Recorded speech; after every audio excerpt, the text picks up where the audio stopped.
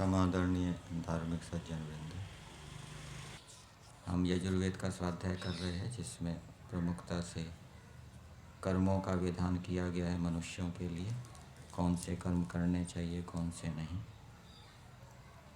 पीछे हमने मंत्र संख्या 28 के ऊपर विचार किया था। राजा को क्या करना चाहिए, ये उपदेश, ये आदेश ईश्वर ने दिया है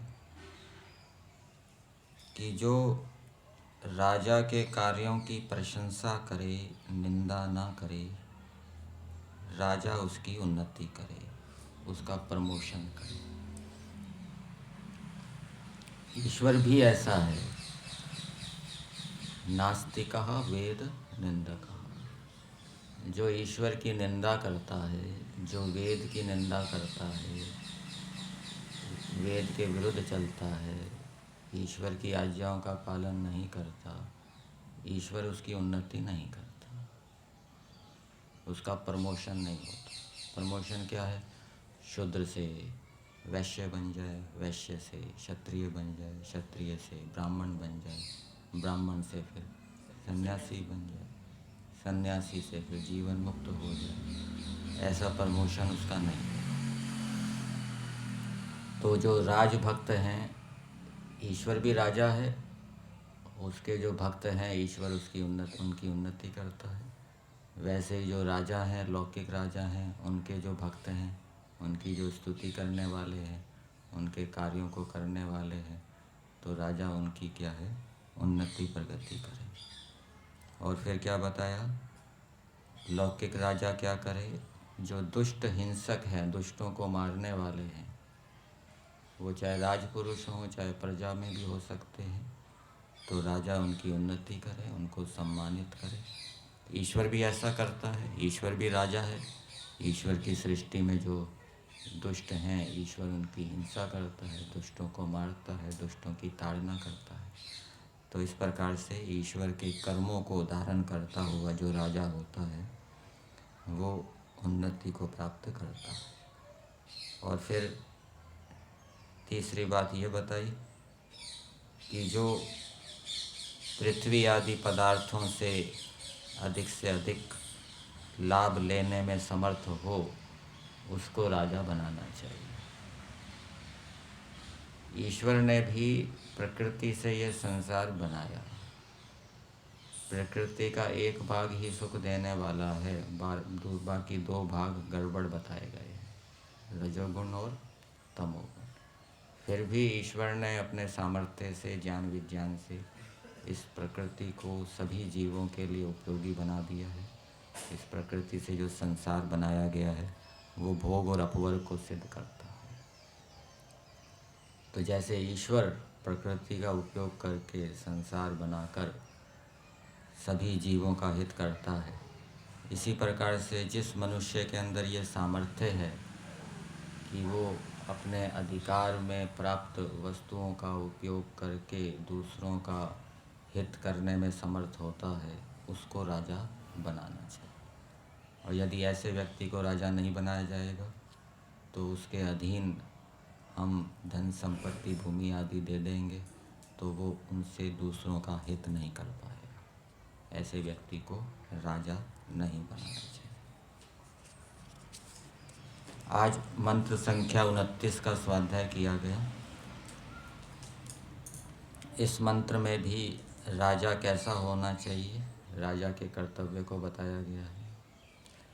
मंत्र है इमाम ते धियम प्र भरे महो महिम अस्य स्तोत्रे धिषणा यत्त आनजे तम उत्सवे च प्रसवे च सासहिम इंद्रम देवासः शवसानम अददत्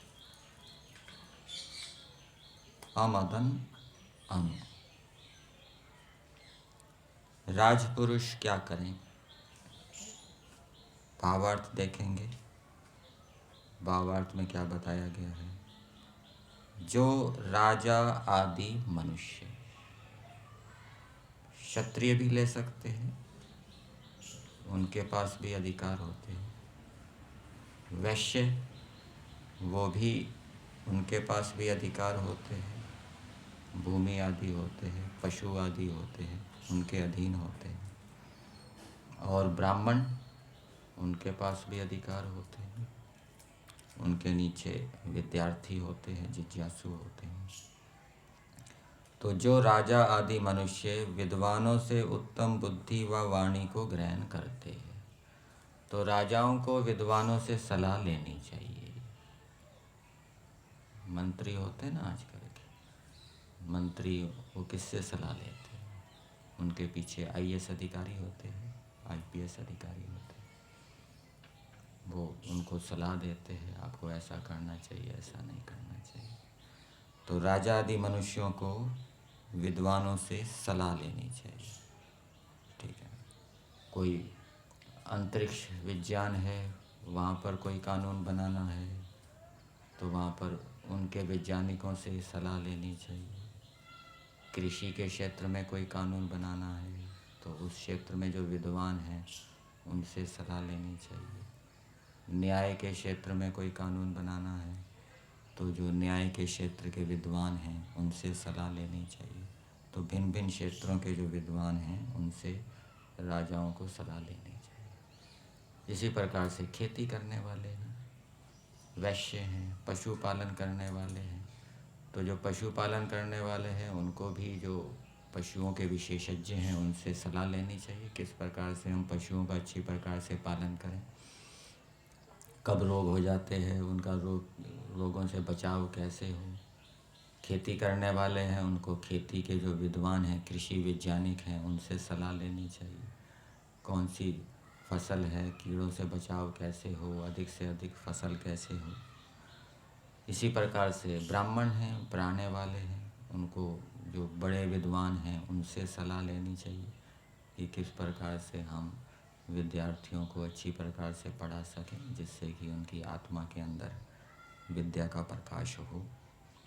तो ये वेद का आदेश है कि राजा आदि मनुष्यों को विद्वानों से उत्तम बुद्धि व वाणी को ग्रहण करते हैं, वे सत्य के अनुकूल हुए, आप आनंदित होके औरों को ग्रहण करते हैं, तो वो सत्य के अनुकूल हो जाते हैं। अर्थात अनेक क्षेत्रों में जो उनकी भ्रांतियाँ होती हैं, संशय होते हैं, वो दूर हो जाते हैं, क्योंकि विद्वान यथार्थ को जानने वाले होते हैं, वो उनको यथार्थ उपदेश करते हैं। तो जो वो गलत कार्य कर रहे होते हैं, उल्टा कार्य कर रहे होते हैं, जिससे हानि हो रही होती है, वो भ्रांतियाँ दूर हो जाती है, फिर ठीक मार्ग पर आ जाते हैं, सत्य के अनुकूल हो जाते हैं और आनंदित होते हैं, औरों को भी आनंदित करते हैं। अब मंत्र के पदों को पदार्थ के माध्यम से देखते हैं।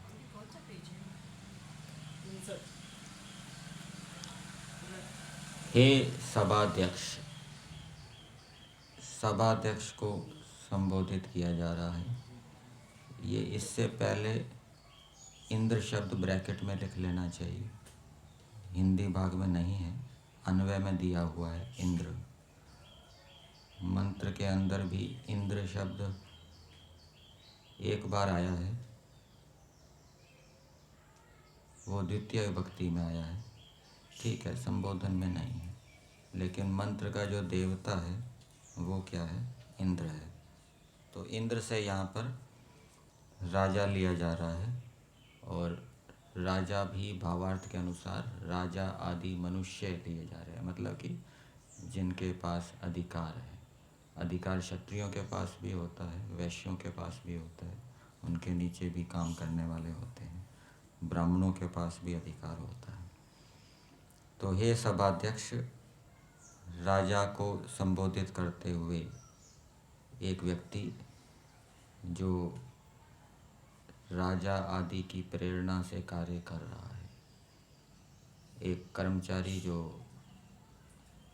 किसान जमींदार है उसकी प्रेरणा से कार्य कर रहा है, एक कर्मचारी जो व्यापारी की प्रेरणा से कार्य कर रहा है, एक राजपुरुष जो बड़े अधिकारी राजा की प्रेरणा से कार्य कर रहा है, अथवा एक जिज्ञासु विद्यार्थी जो ब्राह्मणों की प्रेरणा से कार्य कर रहा है, तो वो राजा को संबोधित करते हुए कह रहा है, मैं महिम सुंदर पूज्य इमाम इस ते आपकी धियम बुद्धि व कर्म को धारण करता हूँ।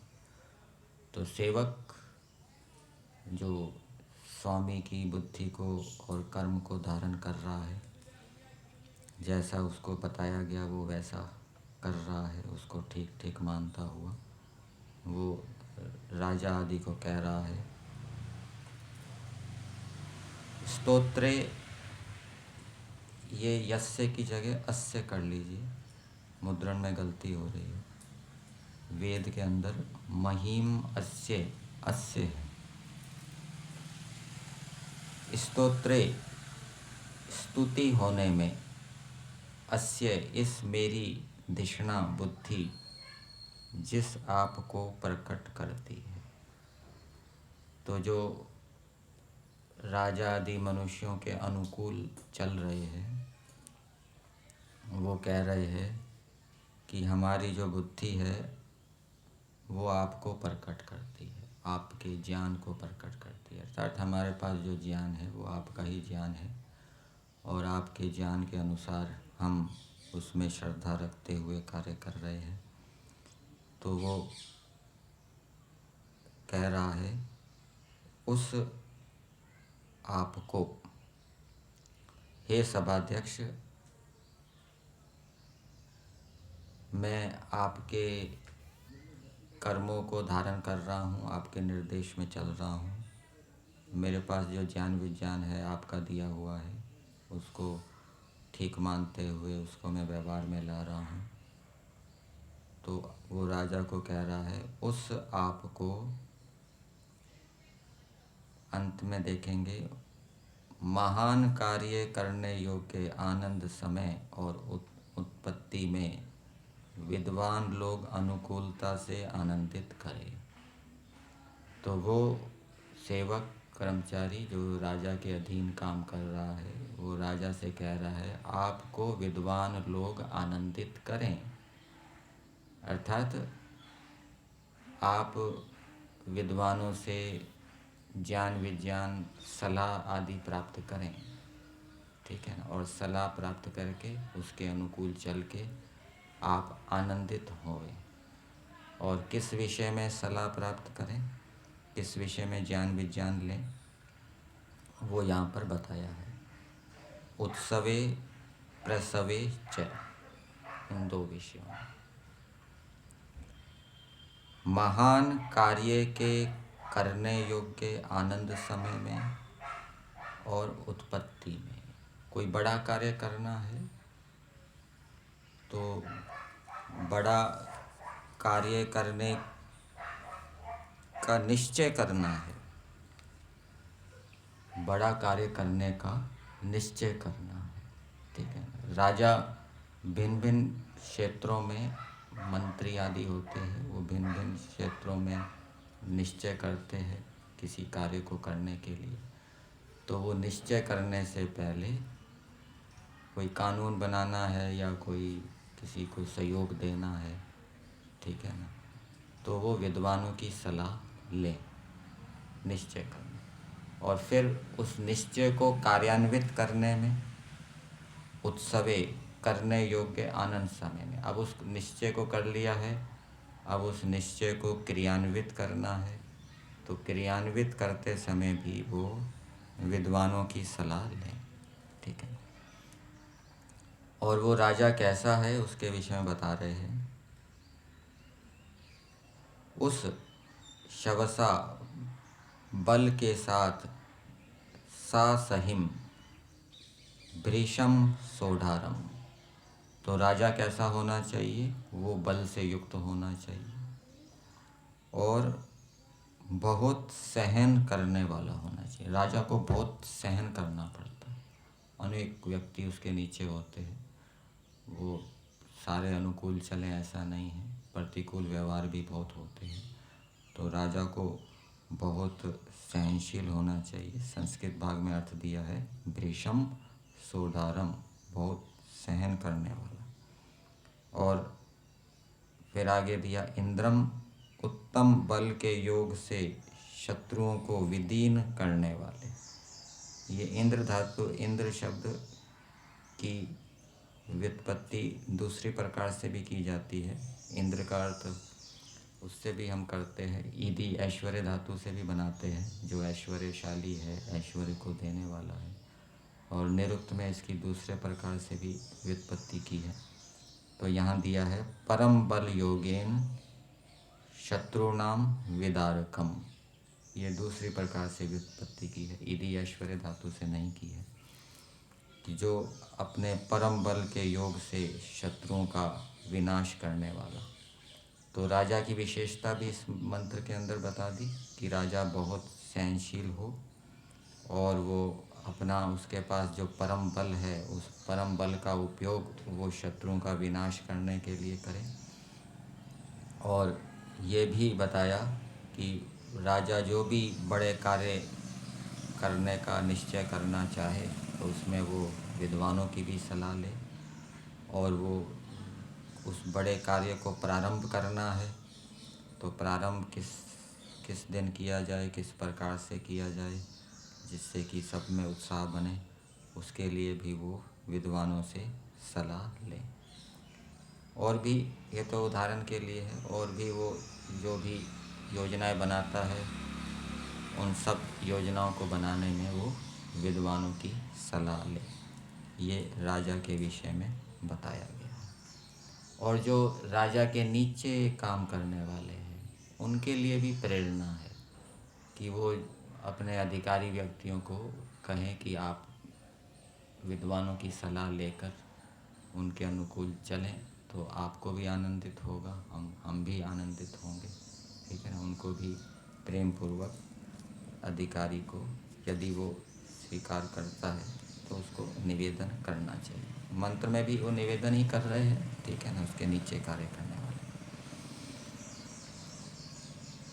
तो मंत्र का संदेश राजा आदि मनुष्यों के लिए है, जिन जिन के पास जो भिन्न भिन्न क्षेत्रों में जो अधिकारी व्यक्ति हैं, जिनके नीचे अनेक व्यक्ति कार्य करते हैं, तो उनको कार्य करने के लिए विद्वानों से, जो धार्मिक विद्वान हो, योग्य विद्वान हो, उनसे सलाह लेकर सत्य का आचरण करके स्वयं आनंदित होना चाहिए और दूसरों को भी आनंदित करना चाहिए।